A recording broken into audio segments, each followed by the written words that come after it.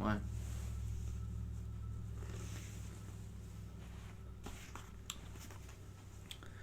Story 3. Plumbing for Willy. If Alvirah Meehan had been able to look into a crystal ball and watch the events of the next 10 days unfold, she would have grabbed Willy by the hand and raced out of the green room. Instead, she sat and chatted with the other guests of the Phil Donahue show. Oh, yeah. No! Today the subject was not sex, orgies, or battered husbands, but people who had messed up their lives by winning big in the lottery. The lottery winners' support group had been contacted by the Donahue show, and now the worst-case guests had been chosen. Alvirah and Willy would be a counterpoint to the others, the interview told them. Oh, of course, they're just so good. Oh, you're the good guys coming in. Alvirah and Willy would be a counterpoint to the others, the interviewer told them. Whatever she means by that, Alvirah commented to Willy after their initial interview. For her appearance, Alvirah had had her hair freshly colored to the soft strawberry shade that softened her angular face. This morning, Willy had told her that she looked exactly the same as she did when he'd first laid eyes on her at a Knights of Columbus dance more than 40 years ago. Baroness Min von Schreiber had flown to New York from the Cypress Point Spa in Pebble Beach to select Alvirah's outfit for the broadcast. Be sure to mention that the first thing you did when you won the lottery was come to the spa, she cautioned Alvirah. Since that damn recession, business is not so brisk. Well, all I'm going to hear at home is that this spa's really expensive. I'm never going to go because I'm going to be like, it's like fucking $500 for like one day. Right. Alvirah was wearing a pale blue silk suit with a white blouse and her signature sunburst pin. Jesus Christ. Keeping me alive, maybe. She wished she'd managed to lose the 20 pounds she'd regained when she and Willy went to Spain in September, but still Alvirah knew she looked very nice. Very nice for her, that was. She had no illusions that with her slightly jutting jaw and broad frame, she'd ever be tapped to compete in the Mrs. America contest. Mrs. America? Yes, that is how she read it. Oh, God. Oh, my God. There were 2 other sets of guests. 3 co-workers in a pantyhose factory had shared a $10 million ticket 6 years ago. They decided their luck was so good that they should buy racehorses with their winnings and were now broke. Their future checks were owed to the banks and Uncle Sam. The other winners, a couple, had won $16 million, bought a hotel in Vermont, and were now slaving 7 days a week trying to keep up with the overhead. Any leftover money was used to place classified ads trying to dump the hotel on someone else. An assistant came to bring them into the studio.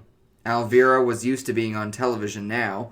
She knew enough to sit at a slight angle so she looked a little thinner. Pulling the fat girl trick. Love it. She didn't wear clunky jewelry that could rustle against the microphone. She kept her sentences short. Willy, on the other hand, could never get used to being in the public eye. Even though Alvirah always reassured him he was a grand-looking man, and people did say he looked like the late Tip O'Neill, he was happiest with a wrench in his hand, fixing a lead pipe. Willy was a born plumber. Donahue began in his usual breezy, slightly incredulous voice. Can you believe it? After you win millions of dollars in the lottery, you need a support group?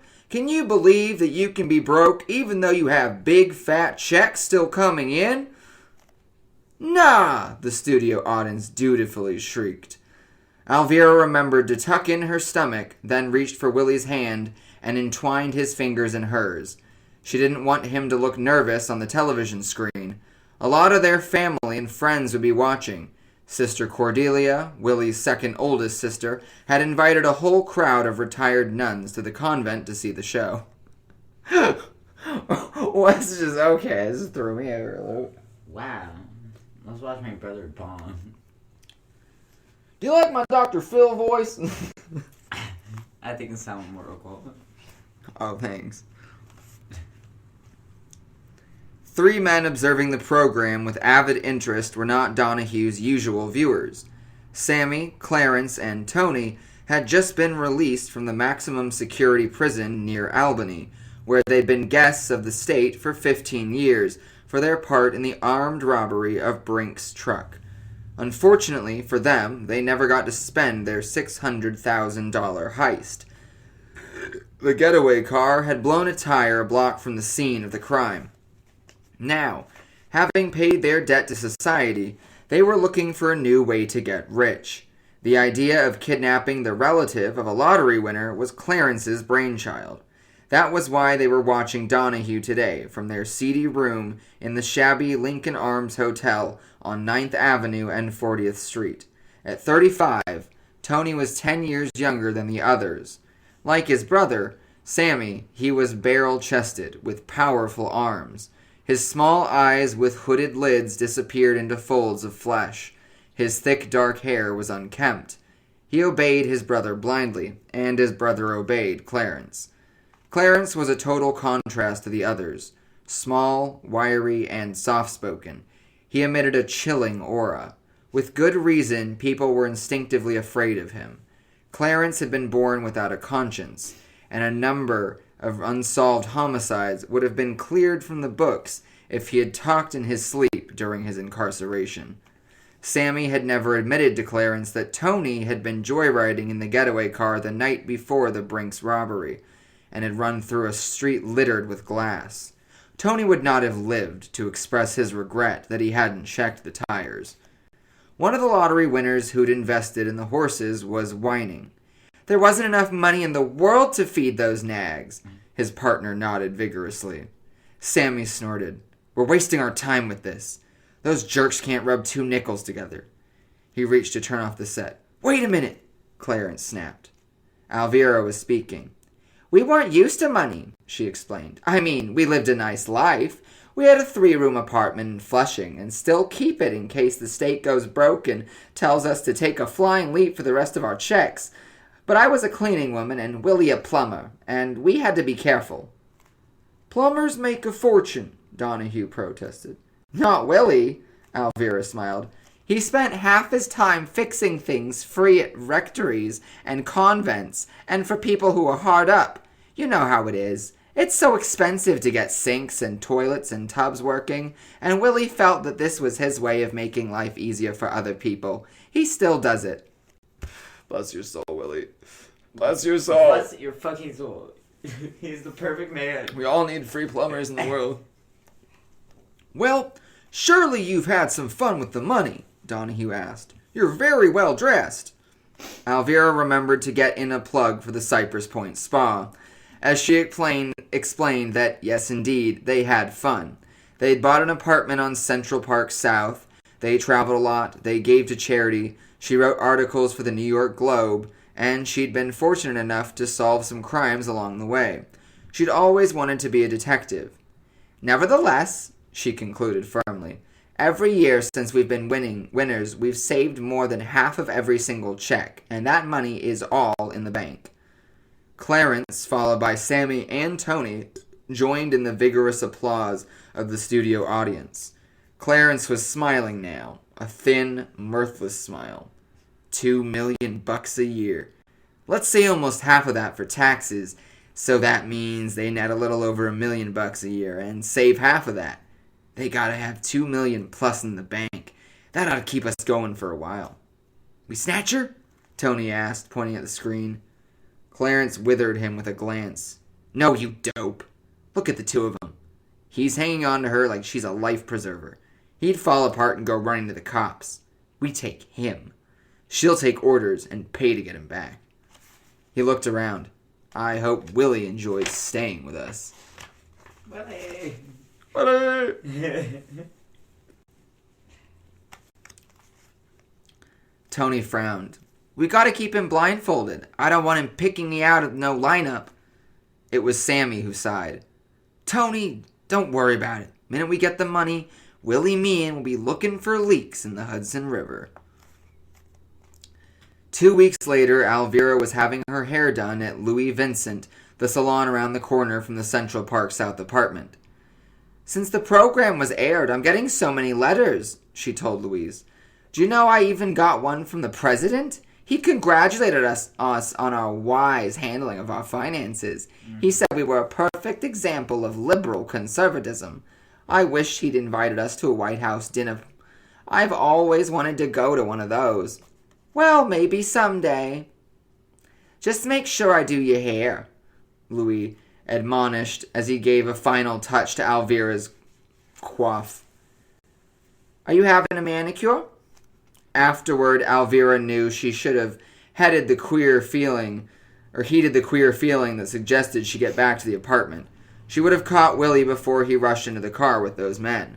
As it was, when the doorman saw her half an hour later, he broke into a relieved smile. "Mrs. Meehan, it must have been a mistake. Your husband was so worried." Incredulous, Alvirah listened as Jose told her that Willie had come running from the elevator in tears. He'd yelled that Alvirah had had a heart attack under the dryer and had been rushed to Roosevelt Hospital. "A guy was outside in a black Cadillac," Jose said. "He pulled into the driveway when I opened the door. The doctor sent his own car for Mr. Meehan." "That sounds funny," Alvirah said slowly. "I'll get over to the hospital right away." "I'll call a cab," the doorman told her. His phone rang. With an apologetic smile, he picked it up. 211 Central Park South. He listened, then, looking puzzled, said, "It's for you, Mrs. Meehan." "Me?" Alvirah grabbed the phone, and with a sinking heart heard a whispery voice say, "Alvirah, listen carefully. Tell the doorman your husband is fine. It was all a misunderstanding. He's going to meet you later.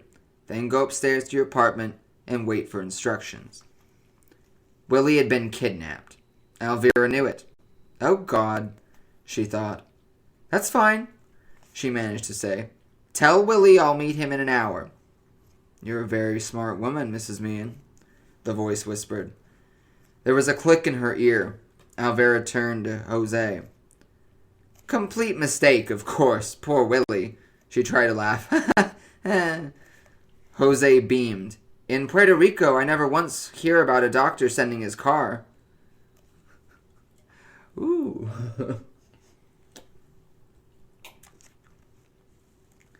The apartment was on the 34th floor and had a terrace overlooking Central Park. Usually, Alvirah smiled the minute she opened the door. The apartment was so pretty, and if she said so herself, she had an eye for furniture. All those years of cleaning other people's houses had been an education in interior design. They'd bought the apartment furnished, with white upholstery, white carpets, white lamps, white tables, white everything. After 2 months, Alvirah felt like she was living inside a Clorox bottle. She gave everything to Willie's nephew and went shopping. But today, she took no comfort in the matching ivory couch and love seat.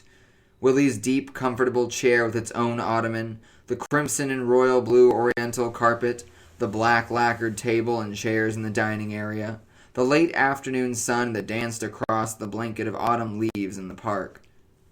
What good was any of it if anything happened to Willie? With all her heart, Alvirah fiercely wished they'd never won the lottery and were back in their Flushing apartment over Horatio Romano's tailor shop. It was at this time she'd be coming home from cleaning Mrs. O'Keefe's house and joking to Willie that Mrs. O'Keefe had been vaccinated with a phonograph needle. "Willie, she never shuts up. Even shouts over the vacuum. It's a good thing she isn't too messy. I'd never get the work done." The phone rang. Alvirah rushed to pick up the extension in the living room, then changed her mind and in stumbling haste ran into the bedroom. The recording machine was there. She pushed the record button as she picked up the phone. It was the same whispery voice. "Alvirah?" "Yes? Where's Willie? Whatever you do, don't hurt him." She could hear background sounds like planes taking off. Was Willie at an airport? "We won't hurt him, as long as we get the money, and as long as you don't call the cops. You didn't call them, did you?" "No, I want to talk to Willie." "In a minute." How much money have you got in the bank? Something over $2 million.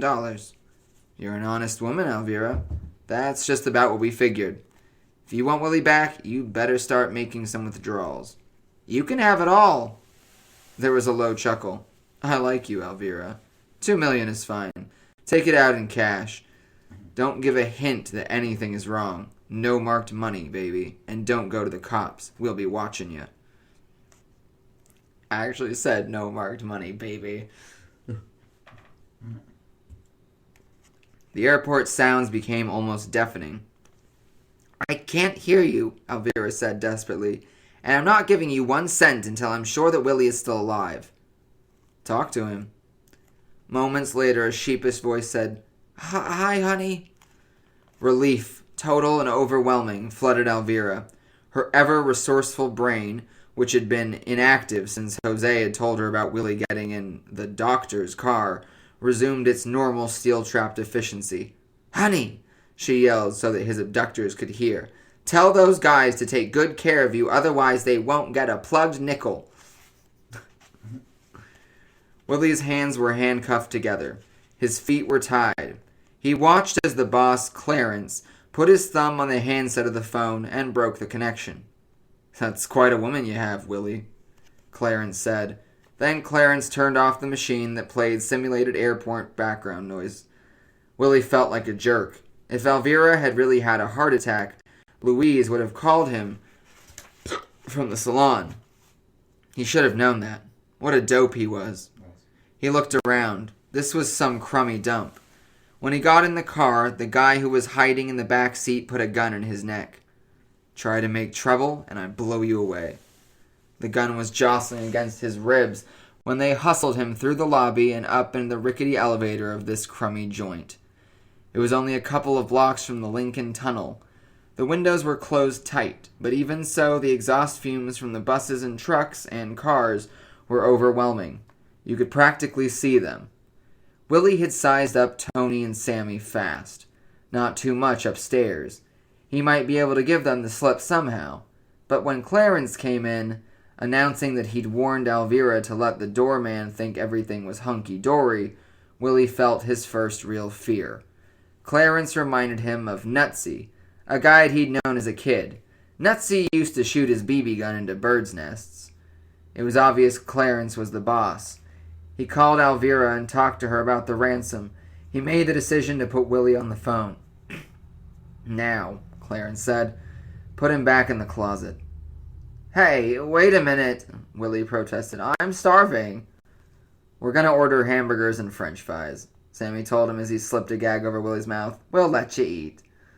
Sammy trussed Willy's feet and legs in a spiral sequence of cord and knots and shoved him into the narrow closet. The door did not seal against the frame, and Willy could hear the low-toned conversation. $2 million means she has to go to 20 banks. She's too smart to leave more than 100,000 in any of them.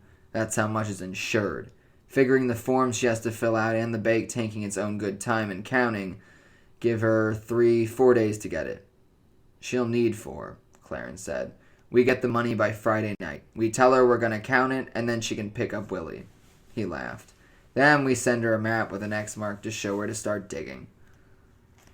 Alvirah sat for hours in Willy's chair, staring unseeingly as the late afternoon sun sent slanting shadows over Central Park. The last lingering rays disappeared. She reached to turn on the lamp and got up slowly. It was no use thinking of all the good times she and Willy had had these 40 years, or that just this morning they were going through brochures to decide on whether to take a camel trip through India or a balloon safari in Western Africa.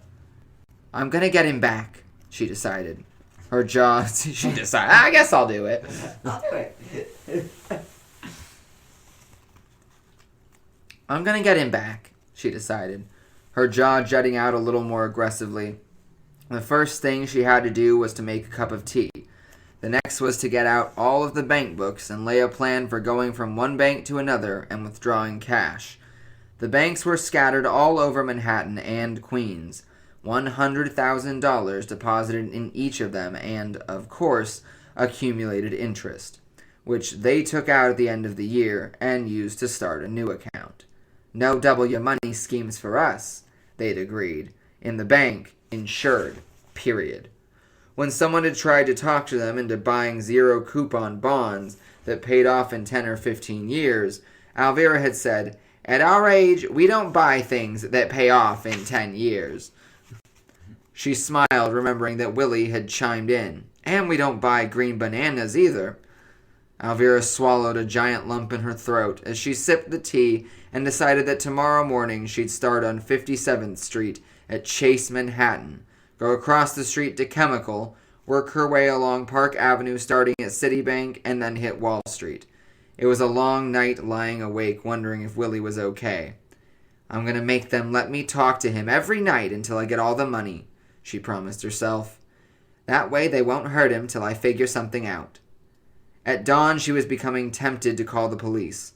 By the time she got up at 7, she decided against it. These people might have a spy in the building who would report if there was a lot of activity in the apartment. She couldn't take a chance. Willy spent the night in the closet. They loosened the ropes enough for him to stretch out a little, but they didn't give him a blanket or pillow, and his head was resting on someone's shoe. There was no way to push it aside. There was too much junk in the closet. He dozed off occasionally. He dreamed his neck was embedded in the side of Mount Rushmore, directly below the sculpture of Teddy Roosevelt's face. The banks didn't open till 9. By 8:30, Alvirah, in a burst of a pressure cooker energy, had cleaned the already clean apartment. Her bank books were in her voluminous shoulder bag. She had dug from the closet a frankfurter-shaped plastic carryall, the one remnant on Central Park South of the days when she and Willy spent their vacations taking Greyhound tours to the Catskills. The October morning was crisp, and Alvirah was wearing a light green suit that she'd bought when she was on one of her diets. The waistband wouldn't close, but a large safety pin solved that problem. Automatically, she fastened her sunburst pin with the concealed recorder on the lapel.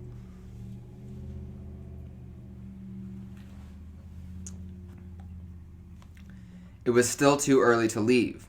Trying to keep up the positive thinking that everything would be hunky-dory as soon as the money was paid, Alvirah reheated the kettle and turned on the radio to CBS Morning News. For once, the headlines were fairly mundane. There was no big-shot mafia guy on trial, no fatal attraction homicide, nobody had been arrested for inside trading. Alvirah sipped her tea and was about to hit the off button when the newscaster announced that as of today, New Yorkers could use the device that recorded the phone numbers from which incoming calls were made within the 212 area code. It took a minute for her to realize what that meant. Then Alvirah jumped up and ran to the utility closet. Among the electronic devices that she and Willy delighted in taking home from Hamaker Schlemmer was the recording machine that listed numbers on incoming phone calls. They'd bought it, not realizing it was useless in New York. "Dear Lord and His Blessed Mother," she prayed as she ripped the box open, pulled out the recorder, and with trembling fingers substituted it for the answering machine in the bedroom. Let them be keeping Willy in New York.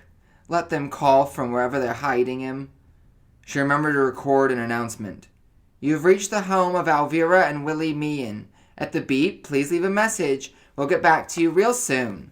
She played it back. Her voice sounded unnatural, worried, full of stress. She forced herself to remember that she had won the drama medal in the 6th grade play at St. Francis Xavier School in the Bronx. "Be an actress," she told herself firmly. She took a deep breath and began again. "Hello, you have reached the home." That's more like it, she decided when she listened to the new version. Then, clutching her shoulder bag, Alvirah headed for Chase, Manhattan to begin to put together Willy's ransom money.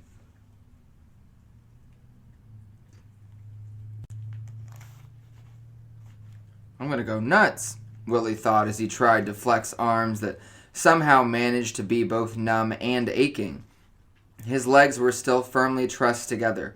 He'd given up on them. At 8:30, he heard a faint rapping sound and then a door opening. Probably what passed for room service in this dump. They brought up lousy food on paper plates. At least that was the way hamburgers had been delivered last night. Even so, the thought of a cup of coffee and a nice piece of toast set Willy's mouth to watering. A moment later, the closet door opened. Sammy and Tony were staring down at him. Sammy held the gun while Tony loosened Willy's gag. "Did you have a good night's sleep?" Tony's unlovely smile revealed a broken eye tooth. Willy longed to have his hands free for just 2 minutes. They itched to give Tony a matching set of eye teeth. "Slept like a baby," he lied, nodded in the direction of the bathroom. "How about it?" "What?" Tony blinked, his rubbery face drooping into puzzlement. "He needs to go to the head," Clarence said. He crossed the narrow room and bent over Willy. "See that gun?" He pointed to it. "It has a silencer. Try anything funny, and it's all over. Sammy has a very nervous trigger finger. Then we'll all be mad because you gave us so much trouble. And we'll have to take it out on your wife. Get it?" Willy was absolutely certain that Clarence meant it. Tony might be dopey. Sammy might have an itchy trigger finger, but they wouldn't do anything without getting the okay from Clarence. And Clarence was a killer. Willy tried to sound calm. "I get it." Somehow he managed to hobble to the bathroom. After he'd finished, Tony let him splash some water in his face. Willy looked around in disgust. The tile was broken, and the room looked as though it hadn't been cleaned in years. Flecks of rust-corroded enamel covered the tub and sink. Worst of all was the constant dripping from the water tank, faucets, and shower head. "Sounds like Niagara Falls in here," Willy commented to Tony, who was standing at the door. Tony shoved him over to where Sammy and Clarence were sitting at a rackety card table, which was piled with containers of coffee and objects that resembled abandoned Egg McMuffin cartons. Clarence nodded to the folding chair next to Sammy. "Sit there." Then he whirled. "Shut that damn door," he ordered Tony. "That stinking dripping is driving me nuts. Kept me awake half the night." A thought came to Willy. He tried to sound casual. "I guess we'll be here a couple of days. If you pick up a few tools for me, I could fix that for you." He reached for a container. "I'm the best plumber you ever kidnapped." Alvirah was learning that it was much easier to put money in a bank than to get it out. When she presented her withdrawal slip at Chase Manhattan, the teller's eyes bulged. Then he asked her to step over to an assistant manager's desk. 15 minutes later, Alvirah was still adamantly insisting that no, she wasn't unhappy with the service. Yes, she was sure she wanted the money in cash. Yes, she understood what a certified check was. Finally, she demanded empathetically, "Is it my money, or isn't it?" Of course. They would have to ask her to fill out some forms, government regulations for cash withdrawals of over $10,000. Then they had to count the money. Eyes popped when Alvirah told them she wanted $500 bills and $1,050 bills. That took a lot of counting. It was nearly noon when Alvirah hailed a cab to cover the 3 blocks to the apartment, dump the money in a dresser drawer, and start out again for the chemical bank on 18th Avenue.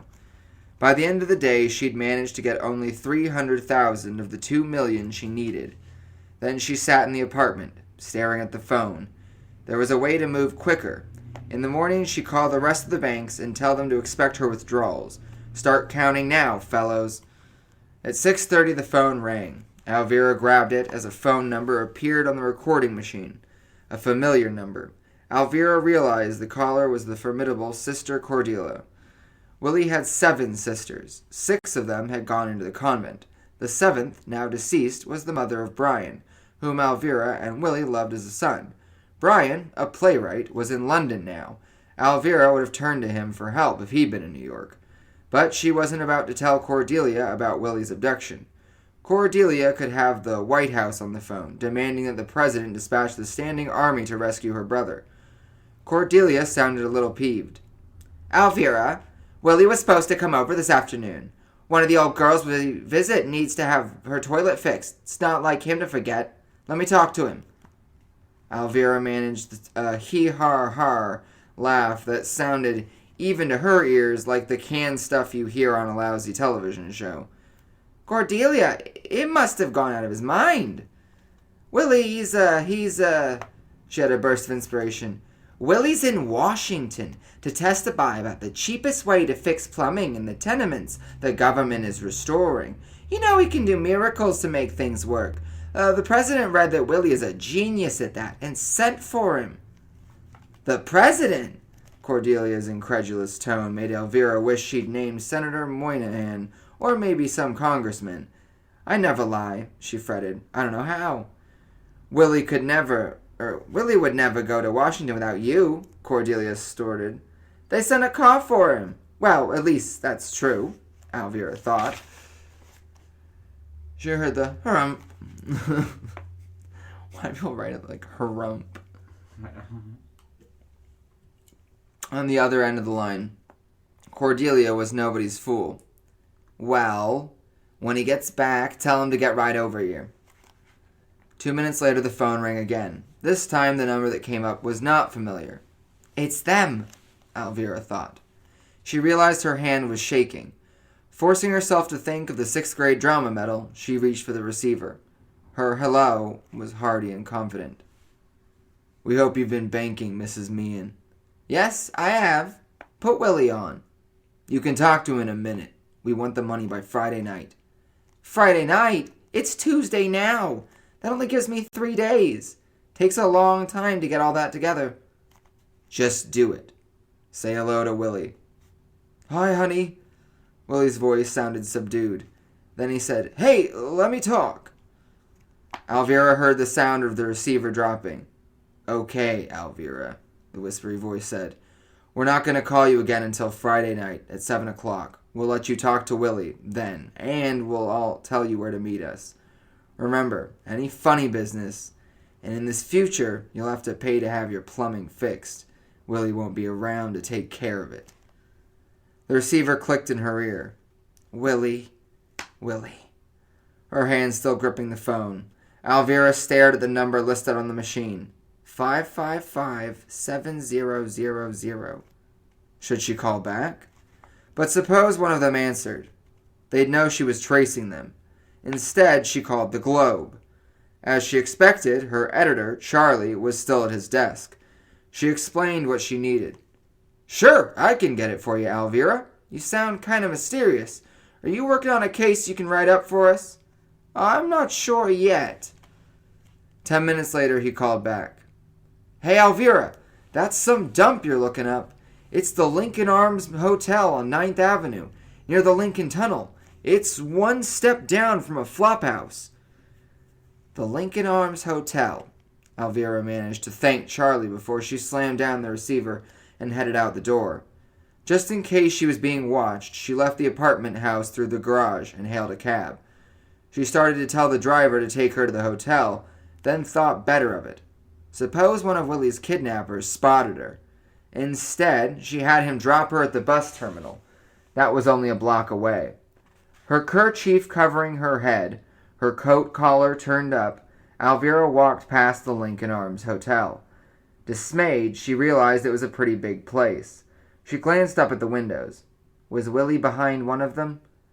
The building looked as though it had been built before the Civil War, but it was at least 10 or 12 stories high. How could she ever find him in that place?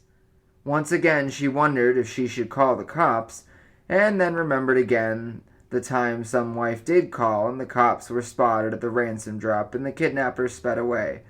They found the body 3 weeks later. No, she couldn't risk it. She had to get Willy back. Alvirah stood in the shadows at the side of the hotel and prayed to St. Jude, the saint of lost causes.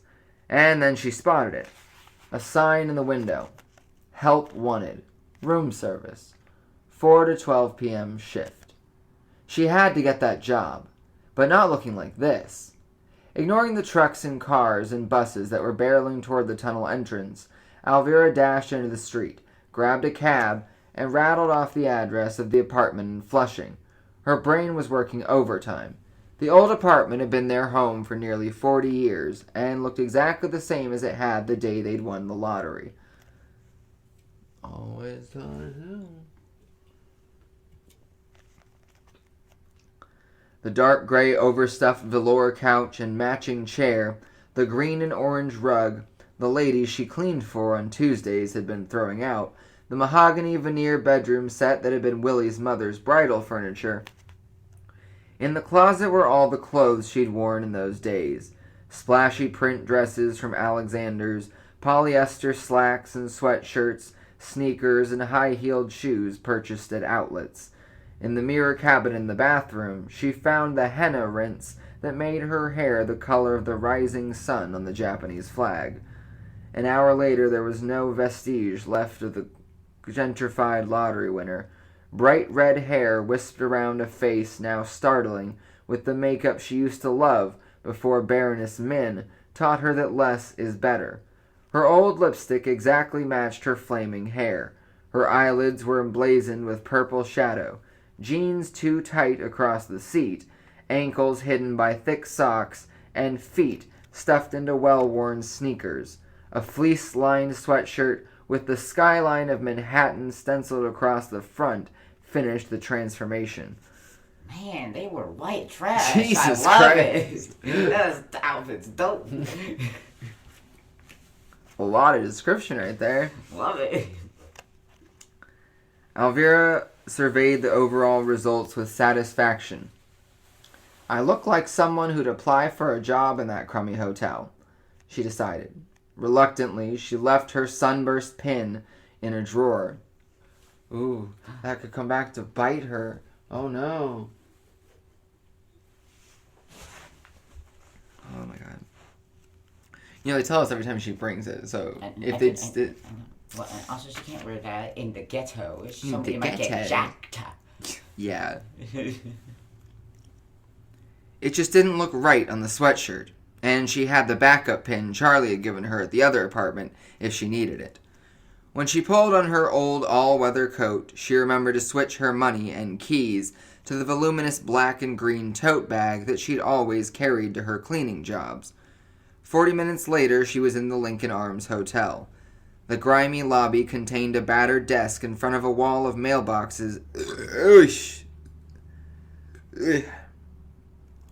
The grimy lobby contained a battered desk in front of a wall of mailboxes and 4 black nog-hide chairs in advanced stages of disrepair.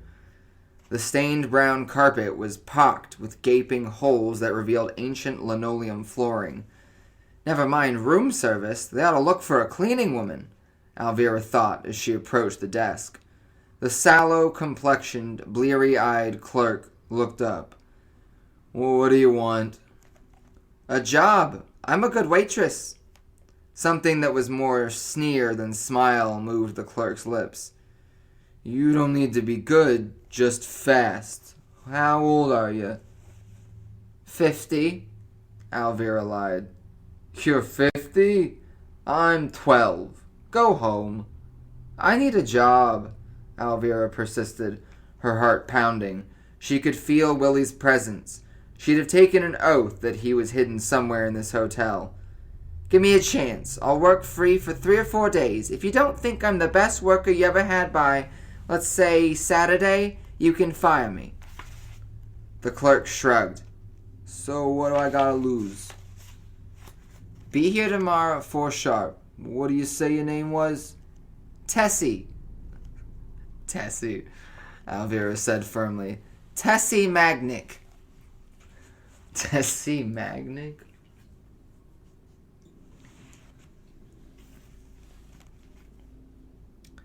Wednesday morning, Willie could sense the growing tension among his captors.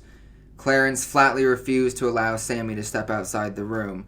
When Sammy complained, Clarence snapped.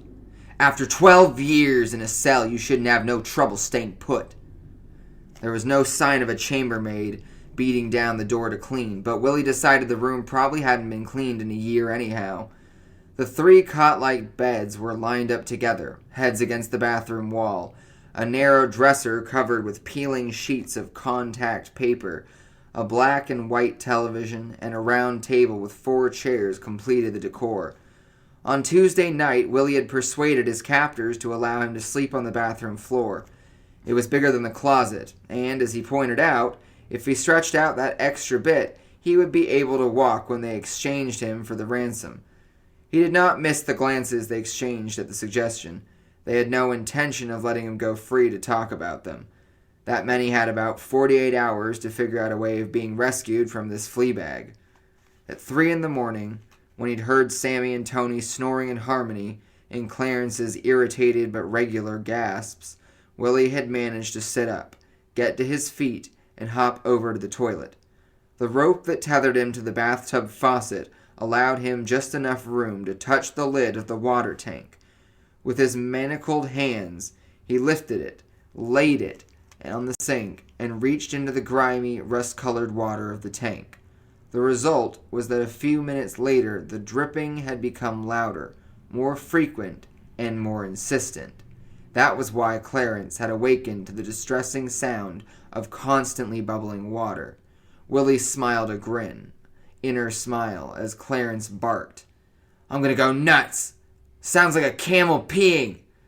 When the room service breakfast was being delivered, Willie was again securely tied and gagged in the closet, this time with Sammy's gun at his temple. From the hall outside the room, Willie could hear the faint croak of the obviously old man who was apparently the sole room service employee. It was useless to even think about attracting his attention. That afternoon, Clarence began stuffing towels around the bathroom door, but nothing could block out the sound of running water. "I'm getting one of those bad headaches," he snarled, settling down on the unmade bed. A few minutes later, Tony began to whistle. Sammy shut him up immediately. Willie heard him whisper, "When Clarence get one of his headaches, watch out." Tony was clearly bored. His beady eyes glazed over as he sat watching television, the sound barely turned on. Willie sat next to him, tied to a chair, the gag loosened enough that he could talk through almost closed lips.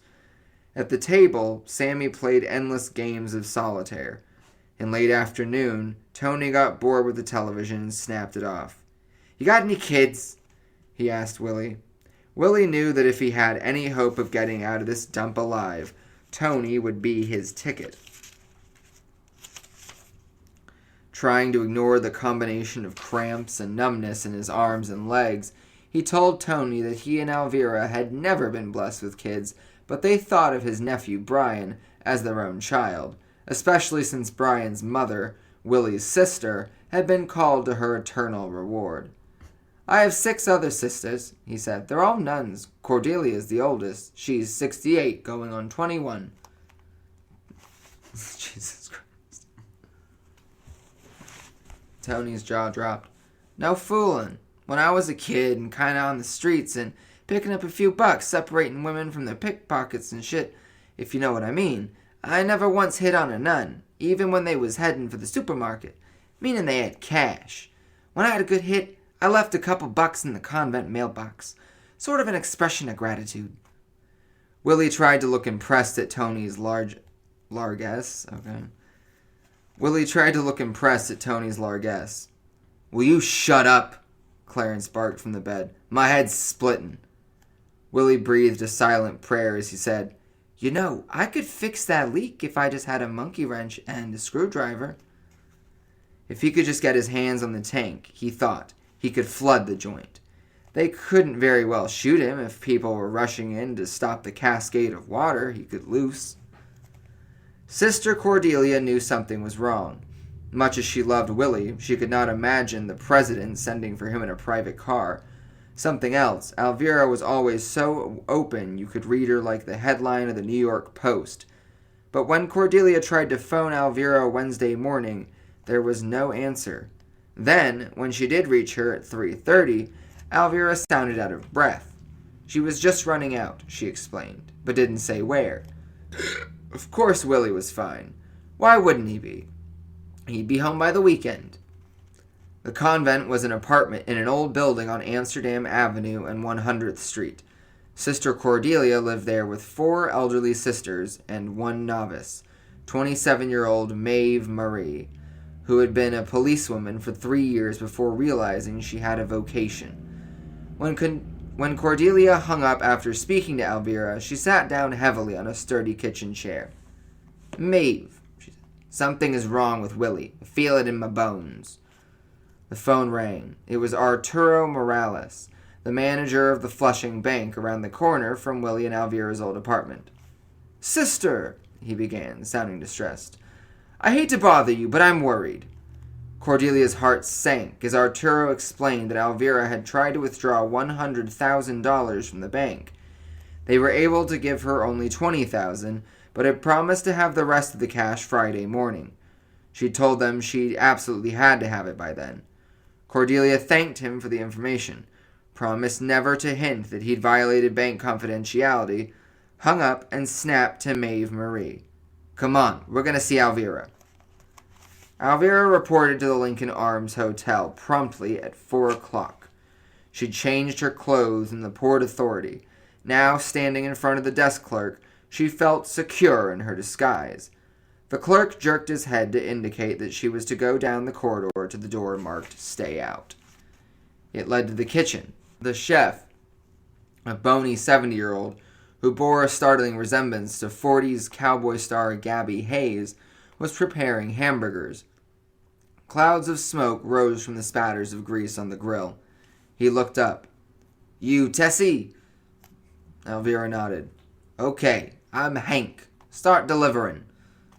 There was no subtleties in the room service department. Service consisted of the kind of brown plastic tray that was found in hospital cafeterias, coarse paper napkins, plastic utensils, sample-sized packets of mustard, ketchup, and relish. Hank shoveled limp hamburgers onto buns. "Pour the coffee. Don't fill the cups too much. Dish out the French fries." Alvirah obeyed. "How many rooms in this place?" she asked as she set up trays. "100. "That many?" Hank grinned, revealing tobacco-stained false teeth. "Only 40 rented overnight. The by-the-hour trade ain't looking for room service." Alvirah considered. 40 wasn't too bad. She figured there had to be at least 2 men involved in the kidnapping. One to drive the car, one to keep Willy from bopping him, maybe even one more to make the first phone call.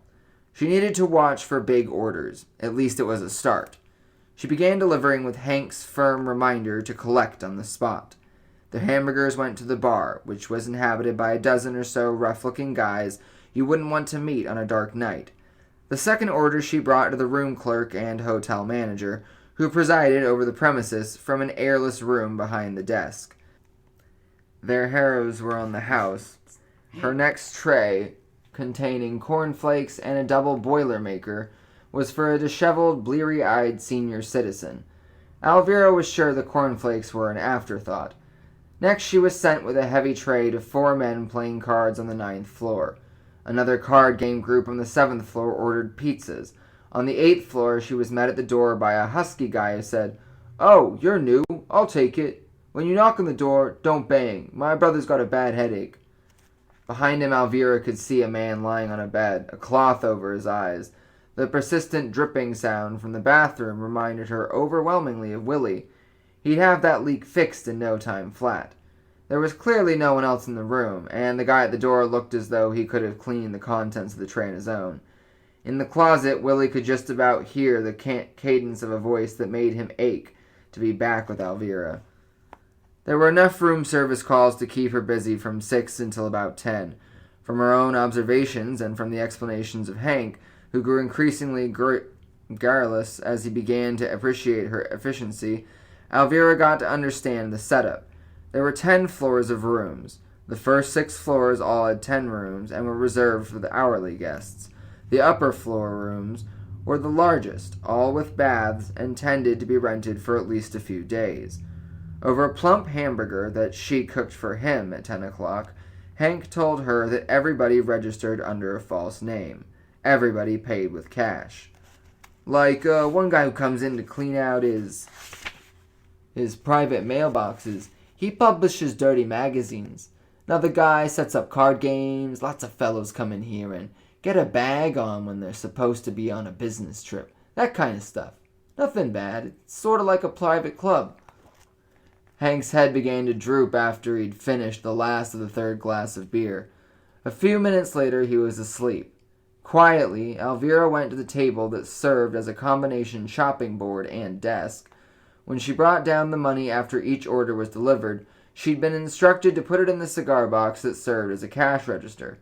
The order slip with the amount was placed in the box next to it. Hank had explained that, at midnight, room service ended and the desk clerk tallied up the money, compared it with the receipts, and put the cash in the safe, which was hidden in the bottom of the refrigerator. Great place. The order slips were then dropped into a cardboard box under the table. There was a massive jumble of them in place now.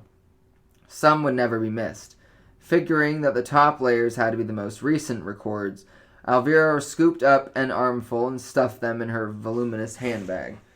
She delivered 3 more orders to the bar between 11 and 12. In between deliveries, unable to stand the grimy kitchen, she set about cleaning it up as the bemused Hank watched.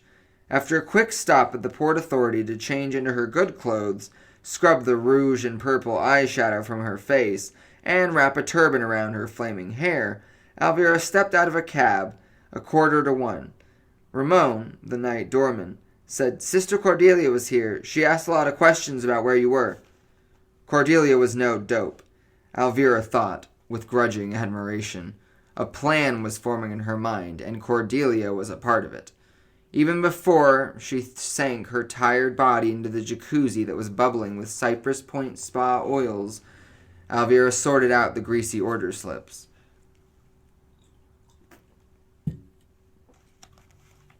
Within the hour, she had narrowed the possibilities.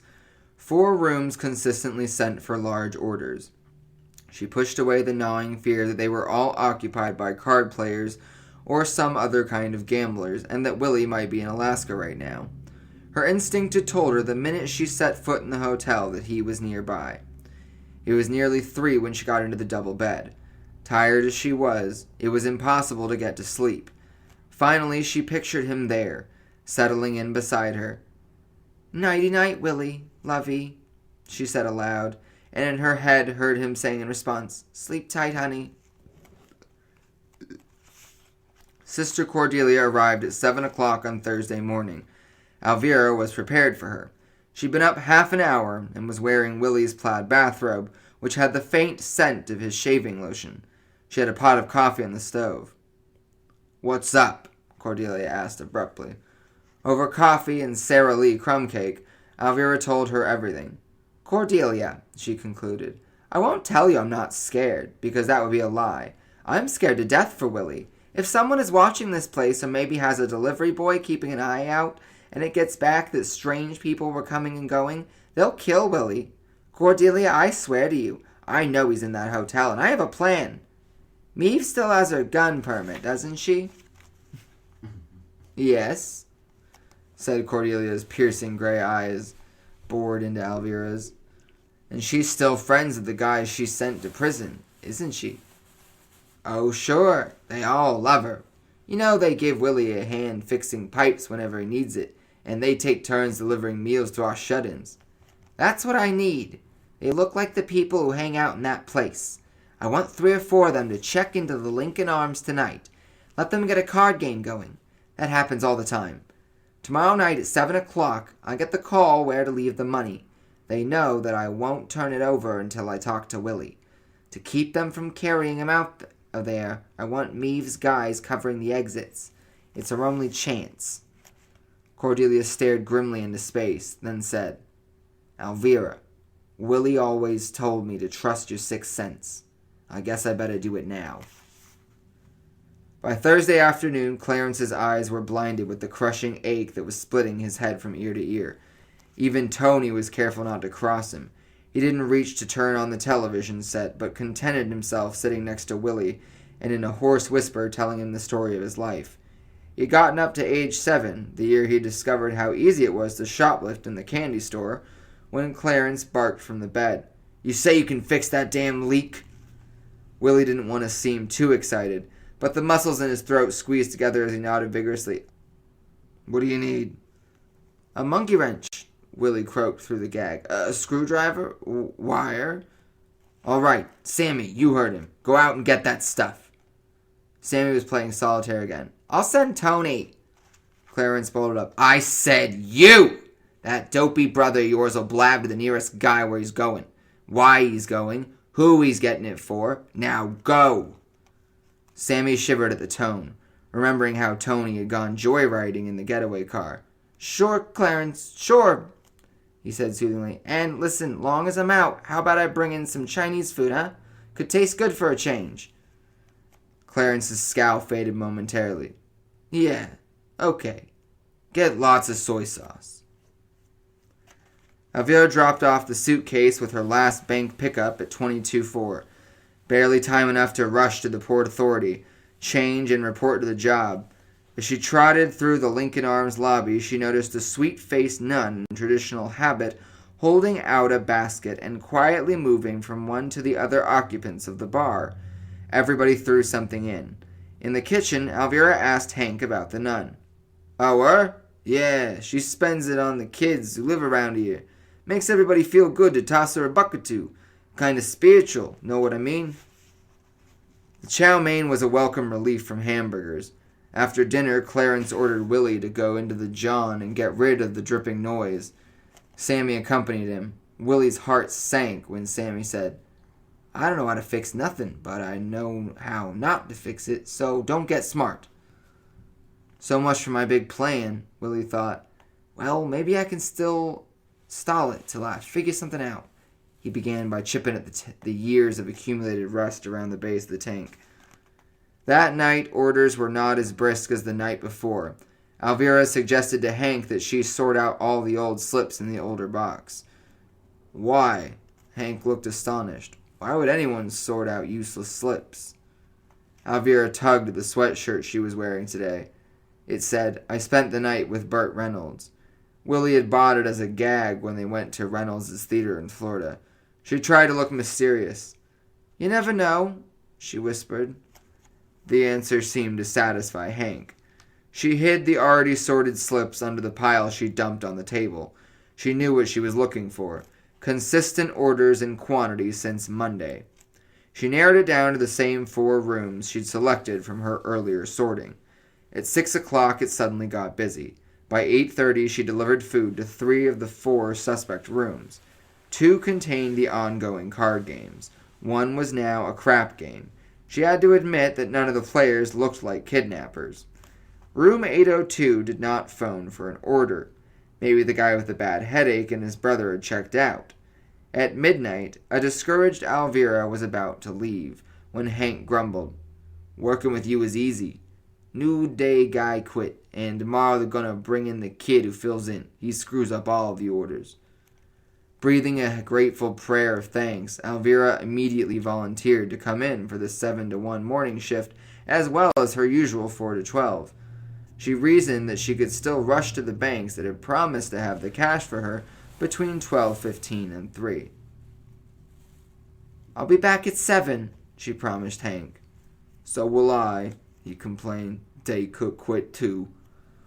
On the way out, Alvirah noticed some familiar faces hanging around the bar.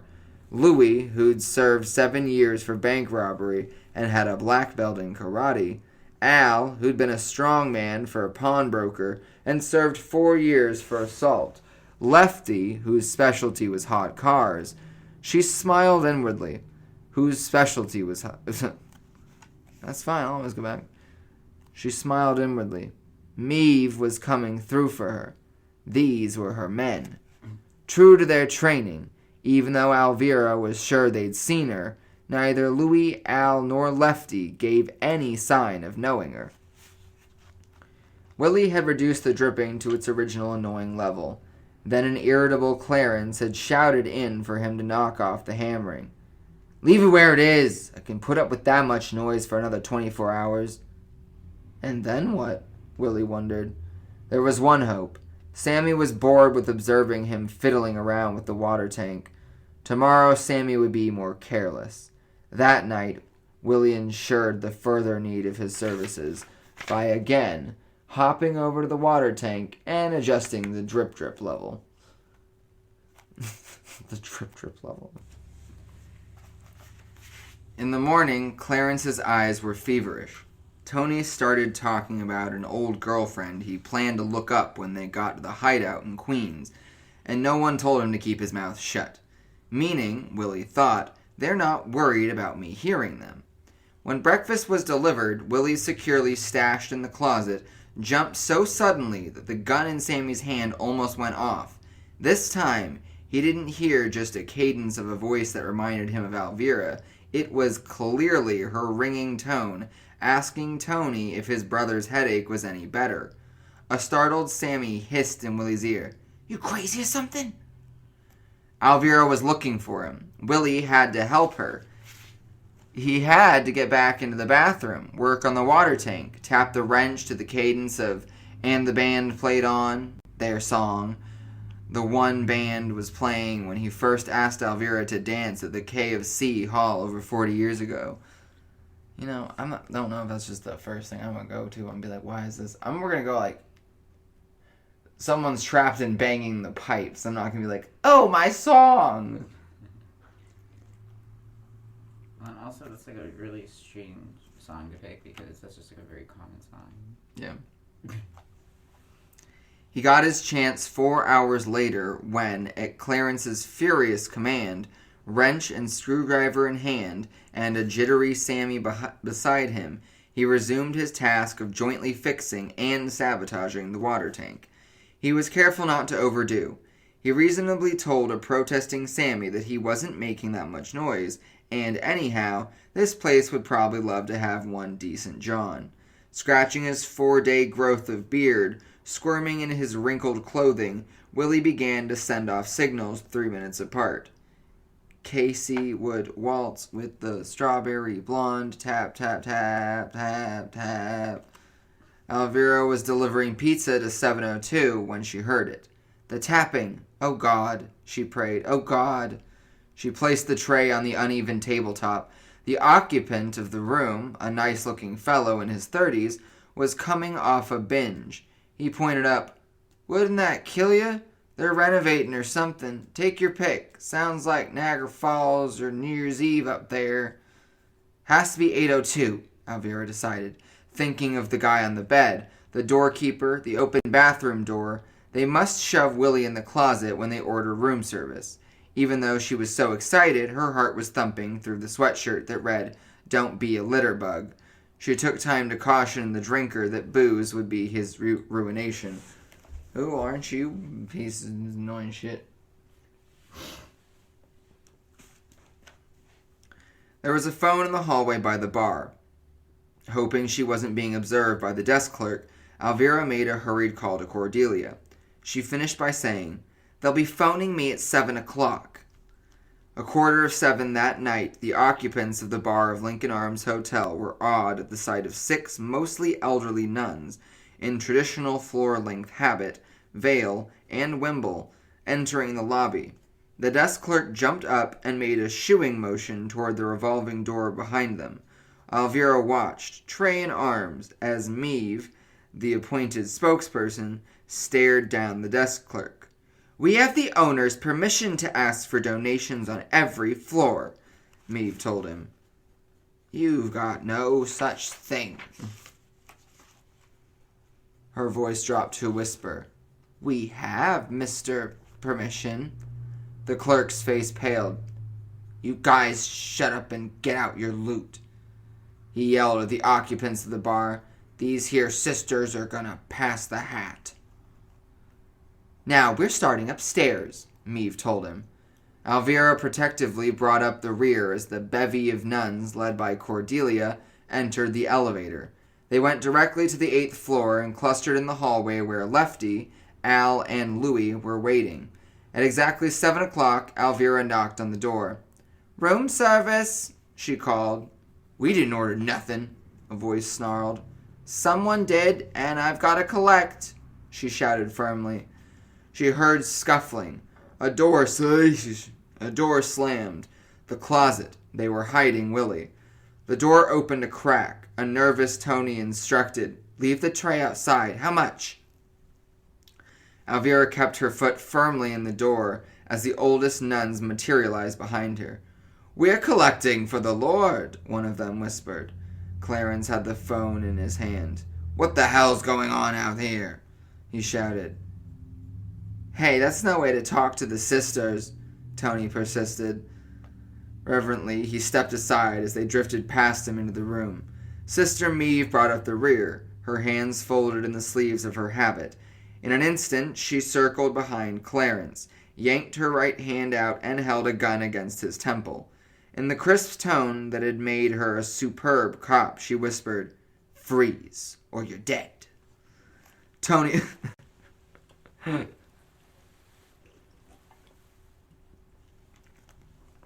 Tony opened his mouth to yell a warning, but it was obliterated as Lefty karate'd him into unconsciousness.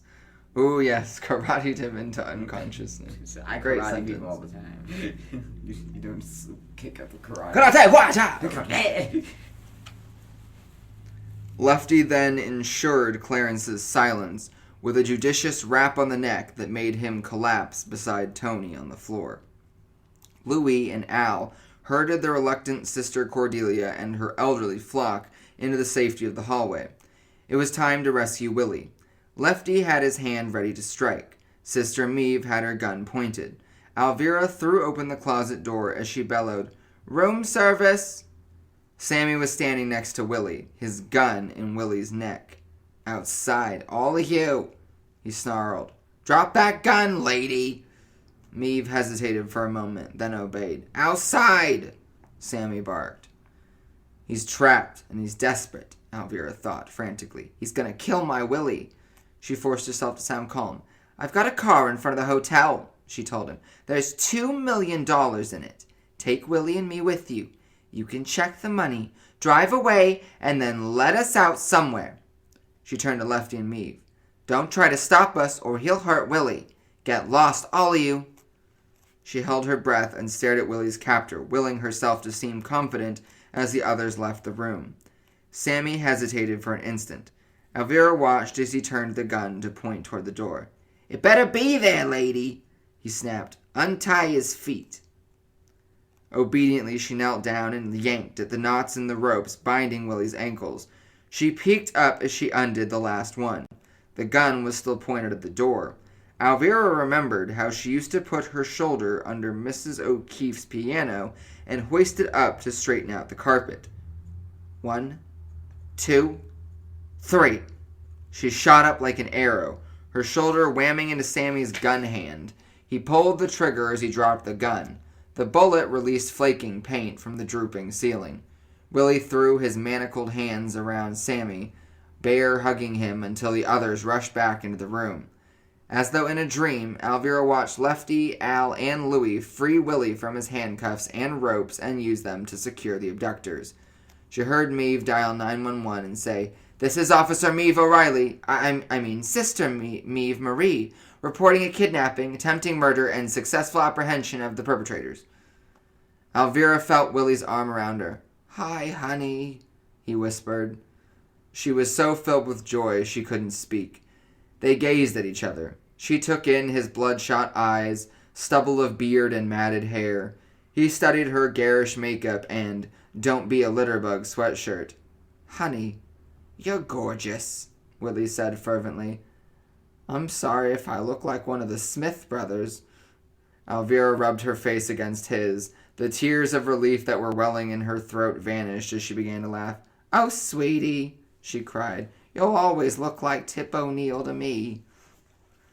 Oh my God. Oh, no.